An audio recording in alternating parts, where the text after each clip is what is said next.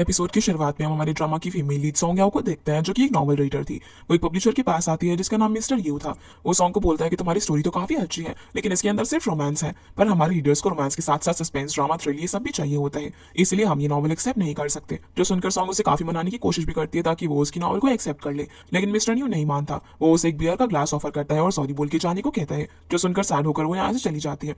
उसके यहाँ से बाहर निकलते ही यू का बॉस मिस्टर ली वहां पर आता है, जिनकी बातें सॉन्ग बाहर से खड़े होकर सुनने लगती है। यहाँ पर मिस्टर ली गुस्से में यू को बहुत सारा डांट रहे होते हैं और बोलते हैं कि मैंने कब से तुम्हें एक अच्छा राइटर ढूंढने के लिए बोला है, जो कि कॉमेडी, सस्पेंस, थ्रिल, रोमांटिक ये सब स्टोरी के अंदर ऐड कर सके, जैसे कि हमारे रीडर्स को पसंद है, लेकिन तुमसे ही नहीं हो पा रहा है। ये सुनकर सॉन्ग को एक आइडिया आता है और वहां पर जो लड़का इंटरव्यू देने के लिए आया हुआ था वो उसे खींचकर साइड में लेकर जाती है और उसके कपड़े पहनकर सीधा एक बॉस लेडी की तरह रूम के अंदर एंट्री करती है और ऐसा दिखाने की कोशिश करती है जैसे कि वो बहुत ही अच्छी राइटर है। वो वही सारी चीजें बोलती है जो कि अभी मिस्टर यू बोल रहे थे, कि वो ऐसी स्टोरी लिखती है जिसके अंदर रोमांस, थ्रिल वगैरह सब कुछ होता है। जो सब देखकर यू तो शॉक हो जाता है, लेकिन मिस्टर ली काफी ज्यादा खुश थे कि इतने टाइम से वो जिस राइटर को ढूंढ रहे थे वो उन्हें मिल गई। वो उसे अपनी एक नॉवल देने के लिए बोलते हैं और कहते हैं कि अगर उसकी नॉवल उसके रीडर्स में फेमस हो गई तो उसकी जॉब पक्की है। ये बोलकर वो यहाँ से चला जाता है, पर यू यहाँ पर सॉन्ग को बोलता है कि तुम ना काफी अच्छी एक्टिंग कर लेती हो और उसे गुस्से में बोलता है कि अगर बॉस को भी तुम्हारे बारे में पता चल गया ना तो मेरी भी जॉब चली जाएगी।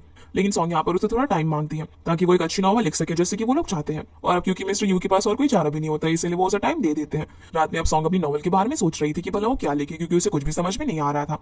तभी वो मिस्टर यू का जो दिया हुआ गिफ्ट था उसे देख रही थी, जिससे कि उसे एक आइडिया आता है और वो लिखना चालू करती है। यहीं पर ही सीन कट हो जाता है। इसके बाद हमें यहाँ से सीधा एक क्लब का सीन दिखाया जाता है जहाँ पर एक वेटर ग्लास के अंदर ड्रिंक लेकर जा रहा था। उसके कान में ब्लूटूथ से यहाँ पर कोई इंस्ट्रक्शन दे रहा था। वो बताता है कि कैसे एक बहुत ही स्पेशल ग्लास है जिसके अंदर ट्रांसमीटर लगा हुआ है।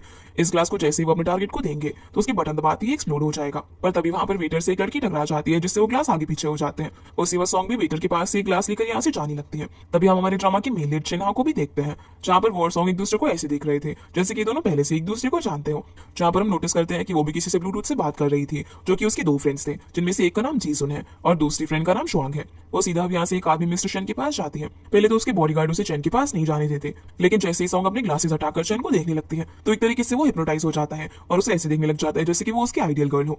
असल में याओ के पास ऐसी पावर थी जैसे कि अगर वो किसी को प्यार से 3 सेकंड तक देखती है तो वो उस बंदे को आसानी से हिप्नोटाइज कर लेती है। चैन भी अब यहाँ पर याओ के जाल में फंस जाता है। वो यहाँ पर उसे बहुत ज्यादा अच्छे से बातें करने लगता है, जहाँ बातों ही बातों में सॉन्ग उससे उसकी बेटी और वाइफ की विल पर साइन करा लेती है और यहाँ से जाने लगती है।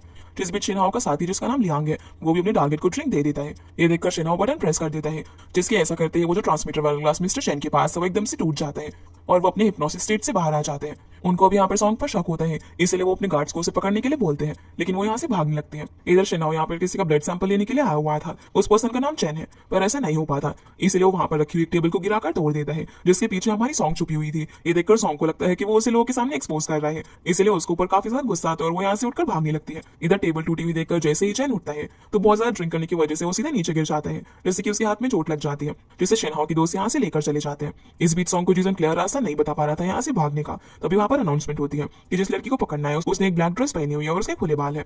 ये सुनते ही वो फटाफट से अपने बाल टाई अप कर लेती है। तभी शिनहाओ भी उसे बचाने के लिए उसके पास आता है, जहाँ सबसे पहले तो वो उसकी ड्रेस को फाड़ देता है और फिर उसके क्लोज आकर ऐसे प्रिटेंड करता है जैसे कि वो उसे किस कर रहा हो, ताकि लोग यहाँ पर उसे पहचान ना सके। और होता भी ऐसा ही, चैन के आदमी इन दोनों को इस तरीके से देखकर यहाँ से चले जाते हैं। उनके जाते ही सॉन्ग उस पर बहुत ज्यादा गुस्सा करती है, क्योंकि उसे लगता है कि पहले तो ये बंदा खुद ही मुझे एक्सपोज कर रहा था और अब जानबूझकर मुझे बचाने के बहाने मेरे क्लोज आने की कोशिश कर रहा है, इसलिए उसे उस पर काफी गुस्सा आता है। लेकिन शिनहाओ उसे इग्नोर करके यहाँ से चला जाता है। सॉन्ग अब अपने दोस्तों के साथ वापस घर आती है, जहाँ पर वो काफी ज्यादा थकी हुई थी। वो बोलती है कि मिस्टर चैन ने अपनी वाइफ को चीट किया और सारी प्रॉपर्टी खुद के नाम पर कर दी और अपनी बीवी और बेटी को अकेला छोड़ दिया, इसलिए अबू से पता चलेगा, क्योंकि सॉन्ग ने अबू से डॉक्यूमेंट्स पर साइन करवा के उसकी वाइफ की प्रॉपर्टी उसे वापस दे दी थी, इसलिए वो फटाफट से उन्हें डॉक्यूमेंट्स भेज देते हैं। और सॉन्ग यहाँ पर अपनी फेवरेट आइडल का पोस्टर लेकर आई हुई थी, जिसके साथ वो यहाँ पर फोटोज क्लिक करवाने लगती है और काफी ज्यादा खुश होती है। दूसरी तरफ हम शिनहाओ और उसके फ्रेंड्स को आपस में बात करता हुआ देखते हैं, जिनको चैन का ब्लड सैंपल मिल गया था। पर यहाँ पर दोनों फ्रेंड्स एक दूसरे को आपस में ब्लेम कर रहे थे कि उनकी वजह से गड़बड़ी हो गई, वो लोग पकड़े भी जा सकते थे, जिनकी इस सब बातों पर कोई भी ध्यान नहीं देता। इसके बाद हम जीसन को देखते हैं, जो आके बताता है कि मिस चैन ने उन्हें पैसे दे दिए हैं, जिन पैसों को तीनों आपस में डिवाइड कर लेते हैं और फिर खाना ऑर्डर करने के लिए बोलते हैं। पर दोनों ही गर्ल्स यहाँ पर जीसन को खाना ऑर्डर करने के लिए बोलती है। वो कहता है कि भला मैं कि तुम दोनों को खाना खिलाओ, तुम मेरे ही घर पे रहते हो और खाना भी मैं ही खिलाऊं तुमको। पर ये लोग किसी तरीके से उसके फोन से ही खाना ऑर्डर कर देते हैं। यहाँ से फिर सॉन्ग हमें अपनी नरेशन में बताती है कि कैसे 15 साल से ये तीनों फ्रेंड्स हैं, पर एक दिन जब आसमान में शूटिंग स्टार गिर रहा था उसका एक पार्टिकल उसकी आंखों में चला गया, तभी से उसके साथ कुछ अजीब चीजें होने लगी। वो जब भी किसी आदमी को 3 सेकंड तक देखती है तो वो उसकी प्यार में गिर जाता है। जिस सबकी वजह से उसके पीछे हमेशा काफी लड़के पड़े रहते थे, लेकिन जैसे ही उन्हें कोई शौक लगता तो वो उस हिप्नोसिस स्टेट से बाहर आ आ जाते हैं और अब वो अभी अपनी इसी एबिलिटी का यूज करके पैसा कमा रही है। अगले दिन यहाँ से हमें एक कंपनी का सीन दिखाया जाता है जहाँ पर मिस्टर शिन चैन के आने का वेट कर रहे थे। उसके वहां पर आते ही वो उसे बोलती है कि आज इतनी इंपॉर्टेंट मीटिंग है और तुम आज भी लेट आए हो। असल में वो उसके अंकल होते हैं। तभी वहां पर उसके डैड मिस्टर जी भी आ जाते हैं जो बोलते हैं कि तुम इतने नालायक हो, तो मैं वाला कैसे कंपनी दे दूं। लेकिन शेन यहाँ पर चैंग की साइड लेता है और बोलता है कि उसका एक्सीडेंट हो गया, इसलिए वो थोड़ा लेट हो गया आने में, और वो ऐसे भी दिनों से काम कर रहा था। लेकिन मिस्टर जी को पता होता है कि उनका बेटा बिल्कुल भी कैपेबल नहीं है और बोलते हैं कि तुम्हारी मॉम और तुम्हारे अंकल ने तुम्हें सर पर चढ़ा रखा है। फिर वो सभी लोग अब मीटिंग रूम की तरफ जा रहे होते हैं। अब जैसे ये लोग मीटिंग रूम में पहुंचते हैं तो वहां पर पहले से शेनहाओ बैठा हुआ था, जिसे देखकर मिस्टर जी उससे पूछ लेते हैं कि आखिर तुम कौन हो। तो वो यहाँ पर सभी के सामने खुद को जी चुआंग कहकर इंट्रोड्यूस करता है। ये सुनकर मिस्टर जी बहुत ज्यादा शॉक हो जाते हैं और उसे अपने ऑफिस में लेकर जाते हैं बात करने के लिए, जहाँ हमें पता चलता है कि जी चुआंग मिस्टर जी की फर्स्ट वाइफ का बेटा है जिससे उन्होंने पहले ही डिवोर्स दे दिया था। और आप लोग मुझे यहाँ पर देखकर यही सोच रहे हो ना कि मैं भला उस इंसिडेंट में कैसे बच गया, क्योंकि आप लोगों को तो यही लग रहा होगा कि मैं मर गया। और फिर उन्हें बताता है कि कैसे जब मिस्टर जी ने उसकी मॉम को छोड़ दिया था तब वो लोग एक आइलैंड पर रहने के लिए चले गए, जहाँ पर जब मैं और मेरा फ्रेंड खेल रहे थे तब खेलते खेलते मैं कबर्ड में छुप गया। लेकिन तभी घर के अंदर एक बहुत ही भयानक आग लगी जिसके अंदर उसकी मॉम और उसका दोस्त जलकर मारे गए, जिससे कि सभी लोगों को लगा कि वो मर गया है। लेकिन उसका जो दोस्त मारा गया था उसके डैड ने उसे अडॉप्ट कर लिया और फिर उसकी मॉम की डेथ के बाद उसे अब्रॉड लेकर चले गए और अब वो यहाँ पर वापस आ गया है सीईओ की पोजीशन पाने के लिए। वो बोलता है कि मुझे पता है कि मॉम के पास बहुत शेयर्स है इस कंपनी में और अगर वो मैंने बेच दिए तो ये कंपनी डूब जाएगी। इस पर मिस्टर जी बोलते हैं कि भला मैं कैसे मान लूं कि तुम सच बोल रहे हो और तुम मेरे ही बेटे हो। इस पर वो उन्हें डीएनए टेस्ट कराने के लिए बोलता है, इसीलिए वो लोग उसका डीएनए टेस्ट कराते हैं जिसका रिजल्ट मैच हो जाता है। ये देखकर मिस्टर जी कंपनी को अपने हाथों से जाने से बचाने के लिए उसे एक पेपर दिखाते हैं जिसमें उसकी मॉम के साइन थे, जिसमें लिखा हुआ था कि अगर कभी भी कंपनी का सीईओ चेंज होगा तो उसके लिए उस पेपर पर उन्हें एक स्टैंप लगाना होगा जो कि उसकी मॉम ने एक स्पेशल लॉकेट में बनाकर रखा हुआ था और ऐसा उसकी मॉम ने उसे किसी मिसहैपनिंग से बचाने के लिए किया था। तो अगर उसके पास वो स्टैंप है तब तो वो सीईओ बन सकता है, वरना उसे कुछ भी नहीं मिलेगा। ये बोलते हुए मिस्टर जी यहाँ पर एक सिगार जलाते हैं जिसे देखकर शेनाओ को काफी अनकंफर्टेबल फील होने लग जाता है, पर फिर वो यहाँ पर किसी तरीके से खुद को संभालता है और बोलता है कि बोर्ड मीटिंग 7 दिन में होने वाली है ना, उस वक्त मैं उस नेकलेस को लेकर आ जाऊंगा क्योंकि मैं उसे हमेशा अपने पास ही पहन कर रखता हूँ। ये बोलकर वो यहाँ से जाना चाहता है। अब जैसे शेनाओ कार में जाता है तभी चांग यहाँ पर उससे पूछता है कि सब कुछ कैसा रहा, तो बताता है कि उन लोगों को यकीन हो गया है कि मैं ही जी चुआंग हूँ, इसीलिए अब हम लोग अपने अगले स्टेप पर प्रोसीड करेंगे। यहाँ से फिर हम जीजुन को देखते हैं जो कि बहुत ही मजे से गेम खेल रहा था क्योंकि उसे गेम्स खेलना बहुत ज्यादा पसंद था। तभी सॉन्ग भी घर पर आ जाती है जिसे शुआंग एक और मिशन के बारे में बताती है, पर मिशन के बारे में सुनने से पहले वो उसे करने से साफ साफ मना कर देती है क्योंकि पिछले मिशन में जो कुछ भी हुआ था वो भी भूल नहीं पाई थी, इसलिए उसे कुछ दिन का रेस्ट चाहिए था। और जीजुन भी यहाँ पर बोलता है कि हाँ भी हमें रेस्ट करना चाहिए, पर शुआंग यहाँ पर फिर भी सॉन्ग को मनाने लग जाती है और जीजुन को भी मनाने के लिए बोलती है, जो देखकर वो कहता है कि तुम लोग मेरे घर पर और मेरी बात नहीं मानते और सॉन्ग ना मेरी फ्रेंड है, तुम लोगों को ना मुझे थोड़ा सा रिस्पेक्ट से बात करना चाहिए। ये सुनकर जब दोनों लड़कियां उसे घूरने लग जाती है तो वो चुप हो जाता है।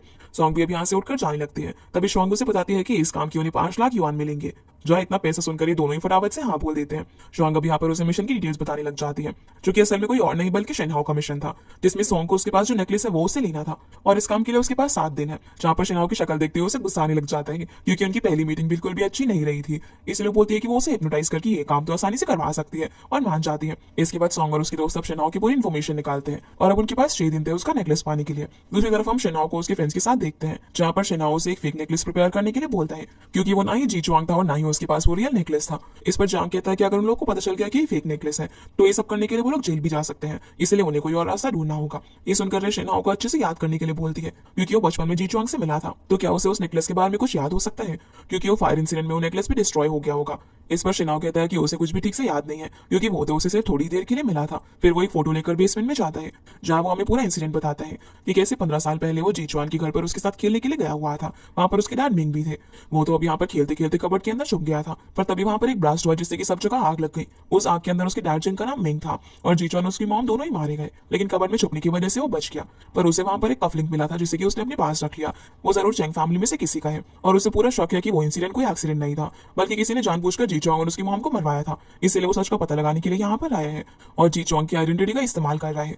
बेसमेंट के अंदर भी हम देखते हैं कि उसने चैंग फैमिली के बारे में सारी इन्फॉर्मेशन इकट्ठा की हुई थी। यहाँ पर काफी सारी फोटोज लगी हुई थी।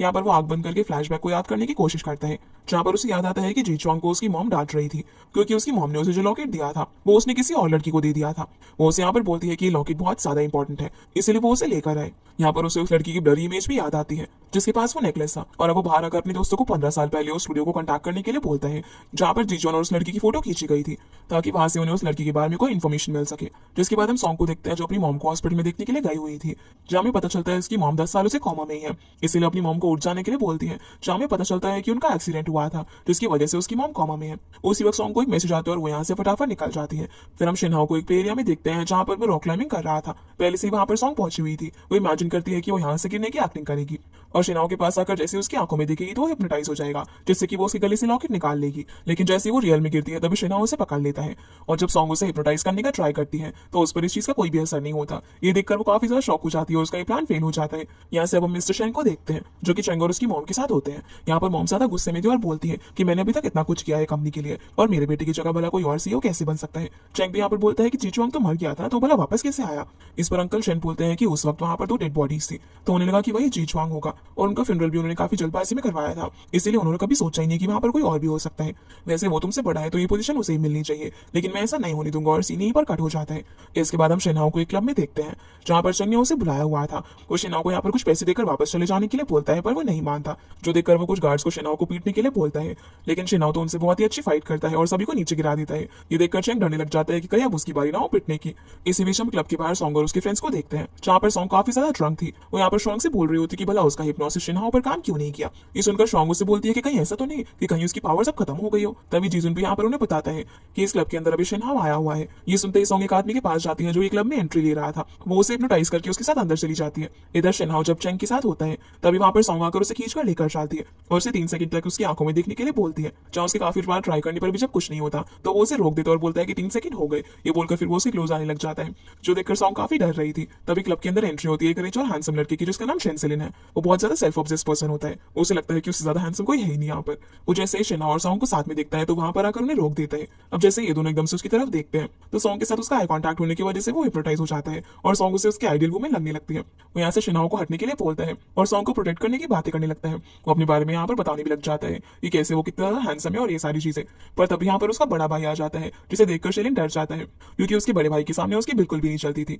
शेलिन का भाई नया सीईओ बनने के लिए शिन्हा को कांग्रेचुलेट करता है और शेलिन को काम पर ध्यान देने के लिए बोलता है, लेकिन उसका दिल तो सॉन्ग पर आ गया था। अगली सुबह अब शुआंग आकर सॉन्ग को जगाती है और उसे एक पेपर दिखाती है, जिसे देखकर दोनों एक्साइटेड हो जाते हैं। दूसरी तरफ हम जियांग को देखते हैं, उसने पेपर में न्यूज दी हुई थी कि कैसे शिन्हा एक लड़की को ढूंढ रहा है जिससे वो बचपन में एक आइलैंड पर मिला था। जिसकी ऐसी हरकतें देखकर शिन्हा उसे बोलने लग जाता है कि आखिर वो ये सब क्या कर रहा है। पर जियांग बताता है कि उनके पास यही एक आखिरी ऑप्शन है उस लड़की को ढूंढने का, क्योंकि फोटो स्टूडियो से कॉन्टैक्ट करने पर भी उन्हें वो फोटोज नहीं मिल पाई थी। दूसरी तरफ शुआंग सॉन्ग को बताती है कि जिस लड़की को ढूंढ रहा है वो भी तुम्हारे होम टाउन से ही है, इसीलिए अब तुम्हारा उसके क्लोज जाना और भी आसान हो जाएगा। सॉन्ग उसे बताती है कि कैसे उसके लिए उसे एक टेस्ट देना होगा, जिसकी उसे प्रिपरेशन कराती है। ये टेस्ट एक हॉल के अंदर होने वाला था जहां पर रेजियांग और शिनहाओ वेट कर रहे थे। वहां पर काफी सारी लड़कियां आती है, जिनमें से एक सॉन्ग भी थी। उसे देखकर शिनहाओ हैरान हो जाता है और बोलता है कि ये यहाँ पर क्यों आई है, ये ना एक स्कैमर लड़की है। जैसे अब टेस्ट शुरू होता है तो सॉन्ग के प्रिपेयर किए हुए सारे क्वेश्चन वहां पर आए हुए थे, इसीलिए सॉन्ग काफी अच्छे से उनका जवाब देती है। टेस्ट के खत्म होने के बाद उसके रिजल्ट रे जाकर शिनहाओ को दिखाती है, जिसमें सबसे ज्यादा सही जवाब सॉन्ग ने दिए थे। पर वो उसका नाम लिस्ट में से काट देता है, क्योंकि उसे लग रहा था कि वो एक स्कैमर है और उसे फंसाने के लिए यहाँ पर आई हुई है। इसीलिए अब रे बाकी क्वालिफाई की हुई लड़कियों के नाम लेती है। अब जब लिस्ट के अंदर सॉन्ग का नाम नहीं होता तो वो गुस्से में रे से जाकर पूछती है कि भला उसका नाम लिस्ट के अंदर क्यों नहीं है, और खुद ही उससे फाइल छीन कर देखती है जिसमें उसका नाम काटा हुआ था। ये देखकर वो काफी गुस्सा करती है और पूछती है कि मेरा नाम कट क्यों किया हुआ है। तो रे बोलती है कि शिनहाओ ने कहा है कि तुम कभी भी उसकी फ्रेंड नहीं हो सकती। पर जब सॉन्ग यहाँ से जाने को नहीं मानती तो रे उसे गार्ड्स की मदद से यहाँ से बाहर निकलवा देती है। उसके जाने के बाद शिनहाओ सभी लड़कियों से यहाँ पर सवाल करता है कि 26 जुलाई 2006 में जब वो उनसे आइलैंड पर मिला था तब उसकी जो फ्रेंड थी उसने कौन से कलर की स्कर्ट पहनी हुई थी। जिस बात का जवाब कोई भी नहीं दे पाता तभी सॉन्ग वहां पर अंदर आती है। वो शिन को यहाँ पर बहुत बुरा भला कहने लग जाती है और सारी लड़कियों को भी बोलती है कि एक प्ले बॉय है, वो सिर्फ उन्हें परेशान करने के लिए सब कर रहा है, इसलिए उसके जाल में मत फंसो। और उसे जवाब देती है कि उस टाइम आइलैंड में काफी ज्यादा ठंड रहती है तो उसने उस वक्त स्कर्ट नहीं पहना था। ये बोलकर वहां से जाने लगती है और शिनहाओ उसे देखता रह जाता है, जो सुनकर शिनहाओ को भी यकीन हो जाता है कि यही वो लड़की है, इसलिए वो भी उसके पीछे जाने लगता है। जिनकी ये सारी बातें ब्लूटूथ से शुआंग सुन रही थी। वो यहाँ पर सॉन्ग को बोलती है कि बाहर ना वो कुछ सीन क्रिएट करवाने की कोशिश करेगी जहाँ वो उसके सामने सिंपैथी बटोरने की कोशिश करे ताकि उसको उस पर और ज्यादा यकीन हो जाए। जैसे अब सॉन्ग बाहर जाती है तो वहां पर कुछ गुंडों को देखती है, जिससे उसे लगता है कि शुआंग ने उन गुंडों को वहां पर एक्टिंग करने के लिए भेजा हुआ है। पर तभी वहां पर मिस्टर चैन आ जाता है। ये गुंडे उसके थे जो कि उसने उस सॉन्ग को मारने के लिए भेजे थे, क्योंकि उसने उसकी प्रॉपर्टी और डॉक्यूमेंट साइन करा के अब उसकी वाइफ को दे दी थी। जहाँ बोलता है कि उस दिन पता नहीं तुमने मेरे ऊपर कैसे स्पेल कर दिया था, जैसे मैंने तुम्हें देखा तो तुम्हारी सारी बात मानने लगा, लेकिन आज तुम से बचकर नहीं जा सकती। ये बोलकर वो अपने गुंडों को उसे पीटने के लिए बोलता है। अब जैसे वो उसे पीटने वाले थे तभी वहां पर शिनहाओ उसे बचाने के लिए आ जाता है। वो उसे साइड में खड़ा करके पुलिस को कॉल करने के लिए बोलता है और खुद उन गुंडों से फाइट करने लग जाता है। जिस बीच एक गुंडा सॉन्ग को पकड़ लेता है, जिसे बचाने के चक्कर में शिनहाओ के हाथों में चाकू लग जाता है। पर तभी वहां पर पुलिस भी पहुंच जाती है, इसलिए वो सारे गुंडे यहाँ से भाग जाते हैं। अब जैसे ही सॉन्ग देखते हैं कि शिनहाओ के हाथों में चोट लगी है तो उसे बैंडेज कर देती है। जिस बीच शिनहाओ उसे प्यार से देख रहा था। तभी वो देखता है कि सॉन्ग की नेक पर भी थोड़ी सी चोट लगी है, इसलिए वो उसकी भी मेडिसिन लगा देता है। जहाँ पर सॉन्ग सोच रही होती है कि मुझे ना इससे अच्छे से बात करनी होगी और उसके क्लोज जाना होगा, इसलिए इनकी जो पहली मीटिंग थी उसके लिए दोनों एक दूसरे को सॉरी बोलते हैं और अब इनके बीच में सब कुछ सॉर्ट आउट हो जाता है। यहाँ पर शेनाओ को भी रियलाइज हो जाता है कि ये लड़की इतनी बुरी नहीं है क्योंकि उसने चैन और उसकी वाइफ की मदद की है। यहाँ से अब जैसे ही सॉन्ग वापस से घर जाती है तो सबसे पहले तो वो शॉन्ग पर गुस्सा करती है क्योंकि उसे लगा था कि वो गुंडे उसने भेजे हैं, पर शॉन्ग उसे बोलती है कि उनके पास इतने पैसे नहीं है कि वो एक्टर्स को हायर कर सके। पर वो यहाँ पर उन्हें बताती है कि कैसे सब कुछ अच्छा हुआ और अब वो शेनाओ के क्लोज जाकर जल्दी उसे वो लॉकेट ले लेगी। दूसरी तरफ शेनाओ भी जियांग को ये बता रहा होता है कि उसे लगता है कि यही वो लड़की है, इसलिए वो उसके क्लोज जाकर वो लॉकेट ले लेगा। तभी रे वहां पर आकर वो बैंडेज चेंज करने के लिए बोलती है लेकिन वो मना कर देता है। ये देखकर जियांग बोलता है कि सॉन्ग ने किया है ना इसीलिए मना कर रहा है, जो देखकर रे को अच्छा नहीं लगता क्योंकि वो शेनाओ को पसंद करती थी। अगले दिन अब जैसे ही सॉन्ग अपनी शॉप से बाहर आती है तभी वहां पर शेनाओ से लेने के लिए आ जाता है और उसे अपने साथ डेट पर चलने के लिए बोलता है, जो सुनकर वो उसे मना करने लगती है लेकिन वो उसे अपनी कार में बैठा देता है। पर कार में बैठकर भी सॉन्ग काफी ज्यादा बाहर निकल रही थी, वो किसी भी तरीके से घर के अंदर जाकर अपना ब्लूटूथ डिवाइस लेना चाहती थी ताकि अगर कोई मुसीबत हो तो उसके दोस्त बीच में आकर संभाल ले, लेकिन वो उसे जाने नहीं देता। सबसे पहले वो उसे नई ड्रेस खरीदवाने के लिए मॉल के अंदर लेकर जाता है जहाँ पर वो उसे एक रिवीलिंग ड्रेस पहनने के लिए देता है ताकि उसने जो नेकलेस पहना है वो उसे देख सके। जो देखकर सॉन्ग को लगता है कि वो ना इस पर लट्टू हो गया और फ्लर्ट करने की कोशिश करेगा, इसीलिए जब वो उस ड्रेस को पहन कर आती है तो उसने उसके अंदर एक वॉर्मर पहना हुआ था। वो बोलती है कि ऐसे काफी फैशनेबल लग रहा है ना और ये मुझे ठंड से भी बचाएगा। जो देखकर शन कुछ भी नहीं बोल पाता, जिसके बाद वो उसे एक रेस्टोरेंट में डिनर के लिए लेकर जाता है जहाँ पर वो जियांग को सब कुछ अरेंज करने के लिए बोलता है। इस बीच सॉन्ग भी श्वांग को आने के लिए बोल देती है। अब दोनों जब रेस्टोरेंट में बातें कर रहे थे तभी वहां पर शेलन आ जाता है। वो सॉन्ग को यहाँ पर देखकर फिर से उस पर लट्टू हो गया था और उसे घूरने लग जाता है, जो देखकर शेनाओ से बात करने के लिए साइड में लेकर जाता है। वो बोलता है कि ये जगह मैंने आज के लिए रिजर्व की हुई है इसलिए तुम यहाँ से चले जाओ। इस पर वो बोलता है कि ये रेस्टोरेंट हमारा ही है इसलिए मैं यहाँ पर कभी भी आ सकता हूँ। अब जब वो नहीं मान रहा होता तो शेनाओ उसके भाई को कॉल लगा देता है, इसलिए अब ना चाहते हुए भी उसे यहाँ से जाना पड़ता है। अब जब ये लोग बैठे हुए थे तभी वहां पर जियांग वेटर बनकर आ जाता है, जो ड्रिंक सर्व करने के बहाने उसे सॉन्ग के ऊपर गिराने वाला था, लेकिन तभी श्वांग वहां पर सही समय पर आकर ड्रिंक पीने से बचा लेती है जिससे कि उनका प्लान फेल हो जाता है। साथ ही वो यहाँ पर उसे ब्लूटूथ डिवाइस भी दे देती है ताकि इससे वो लोग एक दूसरे कनेक्ट कर सके। इसके बाद शेना और सॉन्ग दोनों डांस करने के लिए उठते हैं, जहाँ डांस करने के बहाने दोनों एक दूसरे के लॉकेट को छूने का ट्राई कर रहे थे, जहाँ दोनों को ये तो पता चल जाता है कि उन्होंने गले में कुछ ना कुछ तो पहना हुआ है, इसलिए जिसे लाइट ऑफ कर देता है ताकि डांस करते करते सॉन्ग उसके गले से वो लॉकेट निकाल सके। जिस बीच शेना भी यही करने का ट्राई करता है, वो किसी तरीके से सॉन्ग के गले से लॉकेट तो निकाल लेता है लेकिन ये वो लॉकेट नहीं था जो कि उन्हें चाहिए था। इस सबके बीच शेलिन भी यहाँ पर फायरवर्क्स जलाने लग जाता है और वो ये सब कुछ सॉन्ग के लिए कर रहा था। अब जैसे ही रे वापस से लाइट ऑन करती है तभी वहां पर शेलिन केक लेकर आ जाता है जिसके ऊपर उसका नाम लिखा हुआ था ताकि वो अपने नाम सॉन्ग को याद करा सके, और उसके अंदर आग जल रही थी। जहाँ आग को देखकर शेनाओ को वापस से पैनिक अटैक आने लग जाता है, उसे बचपन के फ्लैशबैक्स भी याद आने लगते हैं, इसलिए वो सॉन्ग को बाय बोलकर जल्दी से यहाँ से चला जाता है जहाँ उसकी हालत अब बहुत ज्यादा खराब हो गई थी। अब अगले सीन में सभी लोग प्लान कर रहे थे कि वो नेक्स्ट मूव कैसे कर सकते हैं। तभी शेनाओ के पास सॉन्ग का मैसेज आता है कि तुम इतनी जल्दी वहां से चले गए, क्या तुम्हें कुछ जरूरी काम था, और फिर वो उसे अपने साथ स्विमिंग पर चलने के लिए बोलती है जिसके लिए शेनाओ मान जाता है। जो देखकर श्वांग सॉन्ग को बोलती है कि वो तुम पर ट्रस्ट करने लगा है लेकिन बना सर्दियों में स्विमिंग करने के लिए कौन जाता है। इस पर सॉन्ग बोलती है कि अगर वो स्विमिंग करने के लिए आएगा तो मैं उसका लॉकेट देख सकती हूँ और आसानी से निकाल भी लूंगी।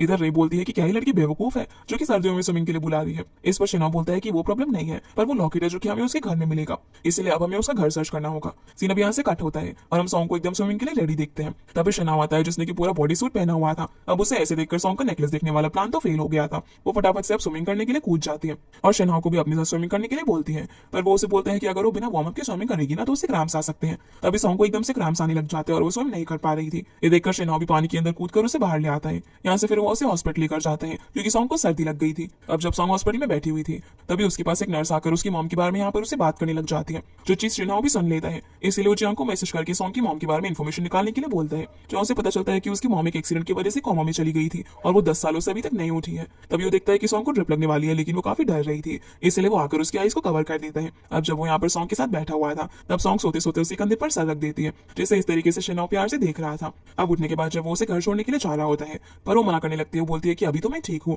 और हम अपनी डेट को कंटिन्यू रख सकते हैं, लेकिन वो मना कर देती है और बोलता है कि नहीं मैं तुम्हें घर छोड़कर आऊंगा और तुम वहां पर आराम करना। जो देखकर सॉन्ग डरने लग जाती है कि कहीं वो घर पर आकर उनकी जो प्लान की डिटेल्स वगैरह है वो सब ना देख ले, इसलिए वो काफी डर रही होती। पर वो जल्दी से जीसन को मैसेज करके सब कुछ क्लीन करने के लिए बोलती है, लेकिन वो मजे से गेम खेल रहा था। सॉन्ग भी उसे बार बार मैसेज करती रहती जब तक वो उसका मैसेज नहीं देख लेता। अब जैसे वो भी उसका मैसेज देखते हैं तो फटाफट से घर की सफाई करने लग जाता है ताकि शेनाओ को उनकी सच्चाई के बारे में ना पता चल जाए। शेनाओ सॉन्ग को उसके घर के बाहर लेकर आता है जहाँ पर सॉन्ग तो उसे वहीं से वापस भेजने की कोशिश करती है और बोलती है कि अभी हमारा घर थोड़ा सा मैसी हो रखा है ना, पर वो कहता है कि कोई बात नहीं मैं माइंड नहीं करूंगा। ये बोल के उसे अंदर ले जाने लगता है जहाँ हम देखते हैं कि घर के बाहर एक कार के अंदर रे और जियांग बैठे हुए थे और वहां पर नजर रख रहे थे कि इस वक्त कोई भी घर के अंदर ना जाए। इधर घर में जाकर सॉन्ग उससे अपनी फ्लैश शॉप दिखाने लगती है और फिर उसके लिए पानी लेने के लिए बहाने ऊपर जाती है जहाँ वो ड्राइंग रूम के अंदर जीसन को देखती है। उसे समझ में नहीं आ रहा था कि वो कहाँ छुपे, पर सॉन्ग उसे जल्दी से यहाँ से जाने के लिए बोलती है, इसीलिए वो बेचारा खिड़की के बाहर लटक जाता है। तभी शेनाओ भी ऊपर आ जाता है जहाँ सॉन्ग उसके सामने सर दर्द होने का नाटक करने लगती है। ये देखकर वो उसके लिए पानी लेकर आता है और उसे मेडिसिन देता है। हैं। मेडिसिन खिलाने के बाद उसे बोलते हैं कि जब तक वो ठीक नहीं हो जाती वो यहाँ से नहीं जाएगा। तभी वो जीजन को खिड़की के बाहर देखती है तो उसके ऊपर कुछ फेंक कर मारती है, जिससे कि वो बेचारा नीचे गिर जाता है और उसकी जो टी शर्ट थी वो भी उतर जाती है। इसलिए वो बेचारा अपनी इज्जत बचाने के लिए फटाफट से फ्लावर शॉप के अंदर घुस जाता है, जिसे अंदर जाता हुआ देखकर रे बोलती है कि हमें इसे रोकना होगा, कहीं ये सॉन्ग और शिनाओ की मीटिंग को इंटरप्ट ना कर दे। इसलिए वो शॉप के अंदर जाकर कुछ फ्लावर्स खरीदती है, पर वो फ्लावर्स मुरझाए हुए थे। ये देखकर जीजन उसे बोलता है कि ये फ्लावर्स तो मुरझाए हुए हैं, पर वो बोलती है कि कोई बात नहीं, मुझे यही चाहिए। वो उन सभी को अब जीजन को पैक करने के लिए बोलती है, जो सुनकर बेचारे जीजन को अब टेबल के पीछे से बाहर निकलना पड़ता है, जहाँ उसने इज्जत बचाने के लिए एप्रन पहना हुआ था और वो ऐसे गेटअप में काफी फनी लग रहा था। घर के अंदर सॉन्ग जब शिनाओ के लिए पानी लेने के लिए जाती है तब वो मौका देखकर इधर उधर उस नेकलेस को ढूंढने की कोशिश करता है, लेकिन उसे मौका ही नहीं मिल पाता। दूसरी तरफ शॉन्ग भी अपनी फेवरेट आइडल का एक कुशन लेकर आ रही होती है। अब क्योंकि वो अंदर न चली जाए तो उसे रोकने के लिए जॉन्ग उसे टकरा जाते हैं और दोनों नीचे गिर जाते हैं, जिससे कि उसका कुशन फट जाता है। ये देखकर वो उसे यहाँ पर बहुत ज्यादा सुनाने लग जाती है। दोनों के बीच में बहुत झगड़ा होता है और ये सीन काफी फनी भी था। इधर जीसन रे के कहने पर उसकी कार में बाहर फ्लावर्स रखने के लिए आता है, तभी उसे मैसेज आता है कि कोई उन्हें जी चुआंग की इन्फॉर्मेशन फैक्स करने वाला है।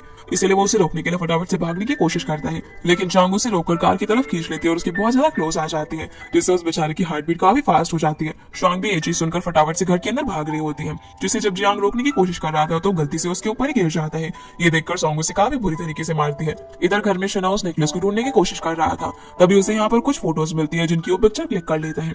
उसी वक्त सॉन्ग को भी वो इन्फॉर्मेशन वाली बात पता चलती है तो वो फटाफट से फैक्स मशीन बंद कर देती है ताकि ये चीज शिनाओ ना देख पाए। और अब क्योंकि उससे कुछ इन्फॉर्मेशन मिल चुकी थी इसलिए वो उसे अपने ध्यान रखने के लिए बोलकर यहाँ से चला जाता है, जिसके जाते ही सॉन्ग की जान में जान आती है। शिनाओ जैसे अपने घर जाता है तो अपने फ्रेंड्स को फोटो दिखाता है जिसमें एक डॉल ने वो लॉकेट पहना हुआ था और ये उसकी होम टाउन की पिक्चर थी। ये देखकर वो दोनों ही खुश हो जाते हैं, पर बेचारे जियांग की चेहरे की हालत यहाँ पर काफी बुरी हो गई थी शुआंग से मार खाने के बाद। शिन बोलता है कि कल वो सॉन्ग को उसके होम टाउन लेकर जाएगा जहाँ पर वो किसी तरीके से उस नेकलेस को ले सके। फिर हम सॉन्ग और उसके दोस्तों को देखते हैं। ये तीनों आज उनके साथ क्या क्या हुआ इस सब के बारे में सोच रहे थे। जीसन रे के बारे में सोच सोच कर ब्लश कर रहा था। रे भी यहाँ पर उन फ्लावर्स को डस्टबिन में फेंकने वाली थी, लेकिन वो ऐसा नहीं करती। शुआंग भी गुस्से में जियांग के बारे में सोच रही थी और बेचारा जियांग भी अपनी चोट की दर्द की वजह से शुआंग को याद कर रहा था। इसके अलावा सॉन्ग और शनाओ भी दोनों एक दूसरे के बारे में सोच रहे थे कि कैसे उन दोनों एक दूसरे के साथ अपना डे स्पेंड किया। अगले दिन अब शनाओ सॉन्ग को लेने के लिए आता है और दोनों बोट से उसके होम टाउन जाते हैं। अब वो लोग वहाँ पर घूम ही रहे थे, पर तभी वहाँ पर शिलिन भी आ जाता है जो सॉन्ग को फिर से देखकर उसके पीछे पड़ जाता है, जिससे बचने के लिए सॉन्ग उससे बोल देती है कि हम तो बोट से घूमने जाने वाले हैं तो वहां से जाकर टिकट ले आओ वरना सारे टिकट सोल्ड आउट हो जाएंगी। जो सुनकर सेलिन टिकट लेकर बोट में बैठ जाता है और उनका वेट करने लग जाता है, पर बोट चल पड़ती है। ये देखकर वो बेचारा बाहर निकलने का ट्राई करता है, तभी सॉन्ग और शिनहो भी किनारे पर आकर उसे बोलते हैं कि हम लोग आने में लेट हो गए पर तुम दूसरे आइलैंड पर पहुंचो और हम तुम्हारे पीछे पीछे आ रहे हैं। जिन्हें देखकर जब वो बेचारा निकलने की कोशिश करता है तो गलती से उसका फोन और पर्स दोनों ही पानी के अंदर गिर जाते हैं, जिसे ऐसे देखकर ही दोनों हंस रहे थे। जिसके बाद सॉन्ग शिनहो को अपने पूरा होम टाउन घुमाने लग जाती है और फिर उससे लेकर एक लाइट हाउस के अंदर जाती है जहाँ वो लोग पूरे टाउन को देख रहे थे। जिस बीच सॉन्ग एक गाने को गुनगुनाने लग जाती है और बताती है कि कैसे वो अक्सर बचपन में यहाँ पर आया करती थी।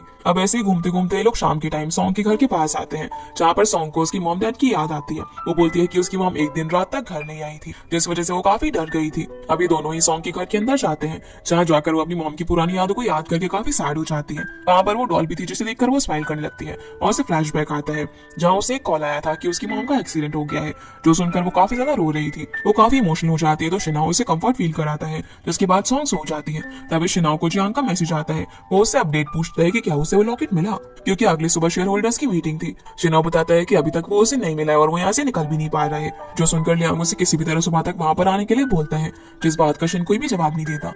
अगली सुबह हम देखते हैं कि कमरे में सभी लोग शिनहो को वेट कर रहे थे, लेकिन वो वहां पर अभी तक नहीं आया था, जिससे कि सभी लोगों को लगता है कि वो लॉकेट नहीं ढूंढ पाया। पर तभी शिनहो और जियांग वहां पर आकर उन लोगों को लॉकेट दिखाते हैं, जिससे कि अब वो कंपनी का नया सीईओ बन गया था। इधर शॉन्ग भी कॉल करके सॉन्ग को उठाती है जो कि अपने घर के अंदर सो रही थी।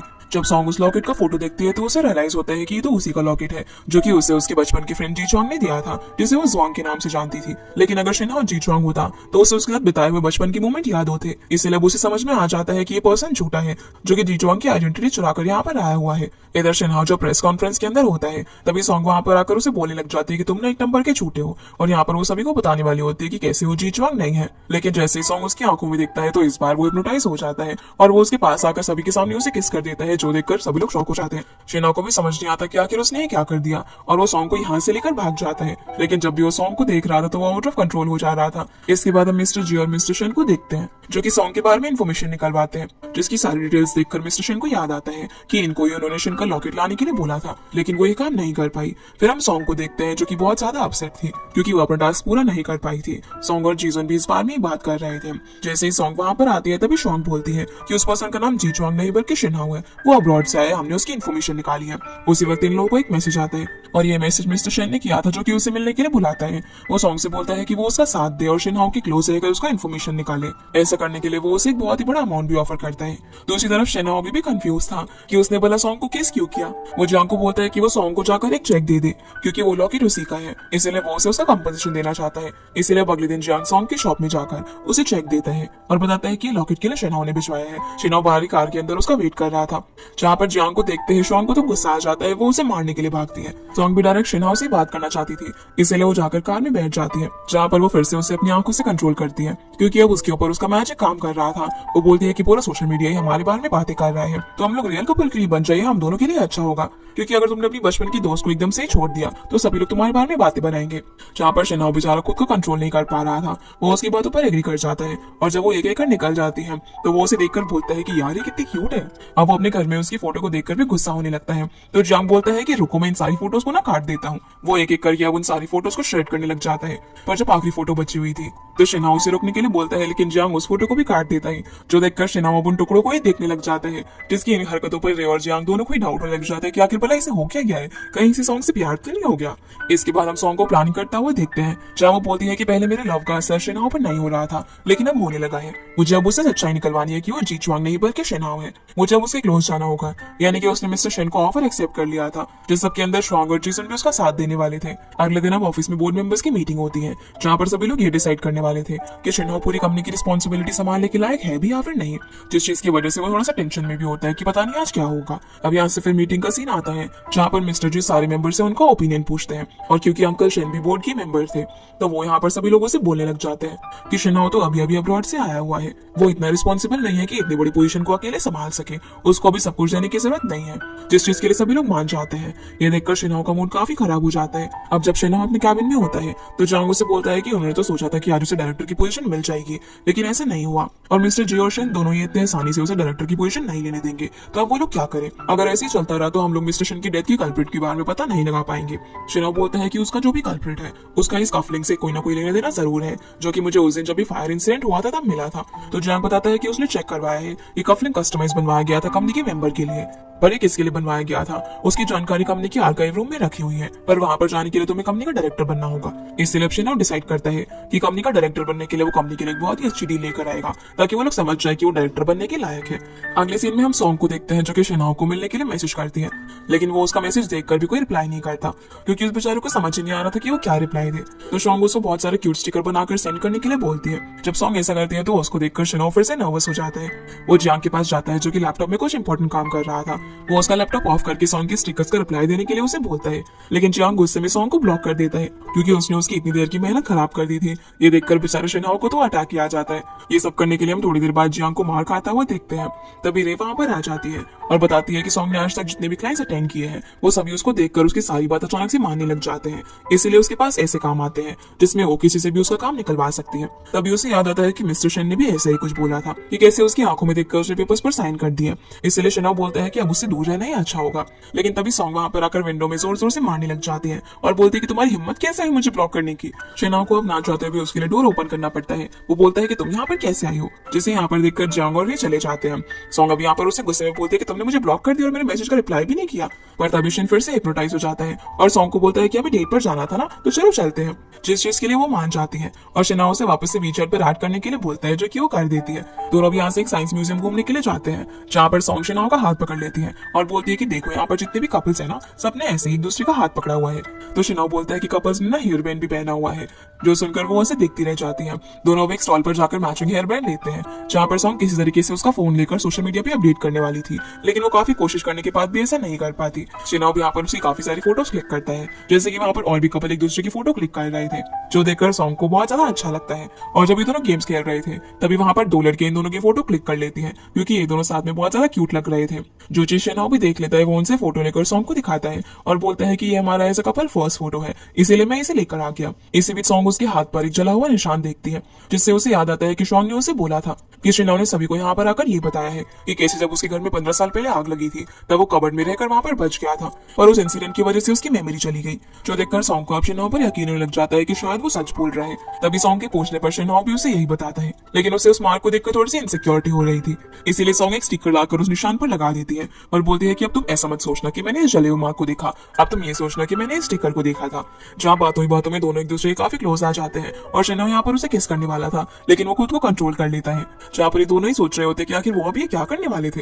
दोनों फिर यहाँ से स्टार्स देखने के लिए एक 3D थिएटर के अंदर जाते हैं, जहाँ सॉन्ग फिर से उसका फोन ले लेती है और बोलती है कि तुमने मेरा नाम सॉन्ग से सेव किया हुआ है, पर मैं तो अब गर्लफ्रेंड हूं ना तुम्हारी। तो वो अब उसके फोन में अपना नाम हनी के नाम से सेव कर देती है, जिस चीज पर शिनाव हाँ बोलता है। जिस बीच वो यहाँ पर उसका स्टेटस भी अपडेट कर देती है। अगले सीन में अब जब सॉन्ग घर आती है तो शुआंग और जीजुन दोनों उससे पूछने लग जाते हैं कि आज क्या हुआ, पर सॉन्ग उसको अपने डाउट के बारे में बोलती है कि शायद वो सही बोल रहे हैं। पर शुआंग बोलती है कि उसकी बॉडी पर मार्क है, इसका मतलब ये नहीं है कि उसका कैमरा नहीं हो सकता, जिसकी इस बात पर सॉन्ग को भी लॉजिक लगता है और वो सिंपैथी दिखाने की बजाय फिर से अपने प्लान पे फोकस करने लग जाती है।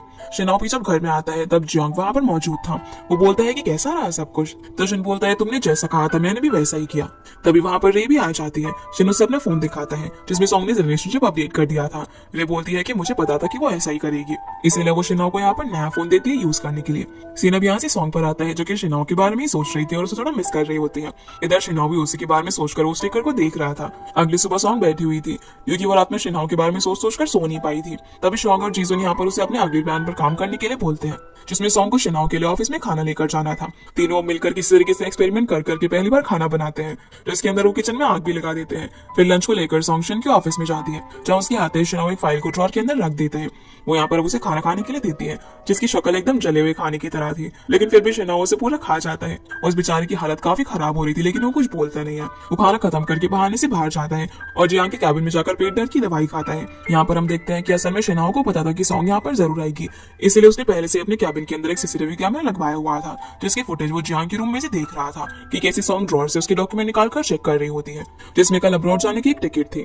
सॉन्ग अब जब घर आती है तो उसका मूड काफी ज्यादा खराब था। वो जीजन और शुआंग को फ्लाइट टिकट की फोटो दिखाती है, जहाँ वो समझ नहीं पा रही थी कि वो क्या करे, क्योंकि वो शायद अब चाइना से भागने वाला था। जिसके बाद सॉन्ग शिनाव को मिलने के लिए बुलाती है और दोनों एक कैफे में जाते हैं, जहाँ सॉन्ग उसे कल उसके साथ बाहर चलने के लिए बोलती है, लेकिन वो कहता है कि उसे कल कुछ इंपॉर्टेंट काम से एयरपोर्ट जाना है, जहाँ से आने के बाद वो उसके साथ डेट पर जरूर जाएगा।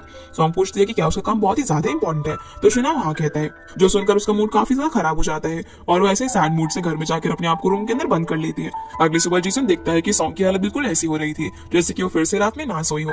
वो उसे बताता है कि मैंने हमारे क्लाइंट को डॉक्यूमेंट्स भेज दिए हैं और वो हमें पैसे भी भेजने वाले हैं उस इन्फॉर्मेशन के बदले। ये सुनकर सॉन्ग शॉक हो जाती है और बोलती है कि तुम्हें बोला इतनी भी जल्दी क्या थी। ये बोलकर वो घर से कार लेकर फटाफट से निकल जाती है, क्योंकि उसे कहीं ना कहीं शिनाव पर भरोसा था, इसलिए वो उसे फटाफट से मिलने के लिए एयरपोर्ट जाती है। यहाँ से हमें ऑफिस का सीन दिखाया जाता है, जहाँ पर एक स्टाफ आकर बोलते हैं कि शिनाव ने अपने सारे पैसे किसी लिंक के नाम पर ट्रांसफर कर दिए हैं, जो सुनकर मिस्टर जी शॉक हो जाते हैं। जहाँ पर स्टाफ ये भी बोलता है कि शिनाव अभी एयरपोर्ट की तरफ गया है, जिससे उन सभी को यही लगता है कि वो कंट्री छोड़कर यहाँ से जाने वाला है। इसीलिए मिस्टर जी और शेन दोनों ही फटाफट से एयरपोर्ट जाने के लिए निकलते हैं उसे रोकने के लिए। यहाँ से हम शेन को एयरपोर्ट पर एक क्लाइंट के साथ देखते हैं। तभी वहाँ पर मिस्टर जी और शेन आ जाते हैं, जिन्हें शिनाव अपने क्लाइंट जोसेफ से इंट्रोड्यूस करवाता है, जो कि एक बिजनेसमैन था और उनकी कंपनी के साथ डील करने वाला था। उनसे मिलने के लिए शिनाव वहाँ पर आया था, क्योंकि जोसेफ को यहाँ से वापस अपनी कंट्री जाना था और उसके पास उससे मिलने का टाइम कम था, जिससे मिलकर मिस्टर जी का डाउट यहाँ पर थोड़ा सा कम हो जाता है। शिनाव बोलता है कि आपने बोला था कि मुझे पहले कुछ अचीव करना होगा कंपनी का डायरेक्टर बनने के लिए, इसलिए मैं ये डील करने वाला हूँ। जहाँ जोसेफ के जाने के बाद मिस्टर जी बोलते हैं कि तुमने सारे पैसे किसी और के नाम पर ट्रांसफर कर दिए, इसका एक्सप्लेनेशन क्या दोगे तुम। जिस पर शिनाव कहता है कि आप उस पर नजर रखी हुई है, आप इसका एक्सप्लेनेशन भला मुझे क्या दोगे। जिस पर मिस्टर जी उसे कोई भी जवाब नहीं दे पाते। फिर वो शिनाव को सॉरी बोलकर यहाँ से चले जाते हैं। जिनके जाते ही वहां पर सॉन्ग आती है और बोलती है कि तो ये सब तुम्हारा प्लान था, सब कुछ फेक था ना, क्योंकि उसे सॉन्ग के मूव्स के बारे में पहले से ही पता था और वो सिर्फ नाटक कर रहा था ताकि वो जानबूझकर सब कुछ एक्सपोज कर सके। शिनाव उसे बताता है कि हाँ सब कुछ फेक था, जो डॉक्यूमेंट्स तुमने मेरे पास देखे थे वो सब कुछ भी फेक थे, और जो डेट पर वो उसे अट्रैक्ट हो रहा था ना वो सब कुछ भी फेक था। जैसे सॉन्ग उसके साथ ड्रामा कर रही थी वैसे वो भी उसके साथ ड्रामा कर रहा था। जो सुनकर सॉन्ग को बहुत ज्यादा बुरा फील होता है, क्योंकि वो कहीं ना कहीं उसे पसंद करने लगी थी और उसने ऊपर स्पाई किया। इसके लिए वो उसे सॉरी बोलकर सैड होकर यहाँ से चली जाती है।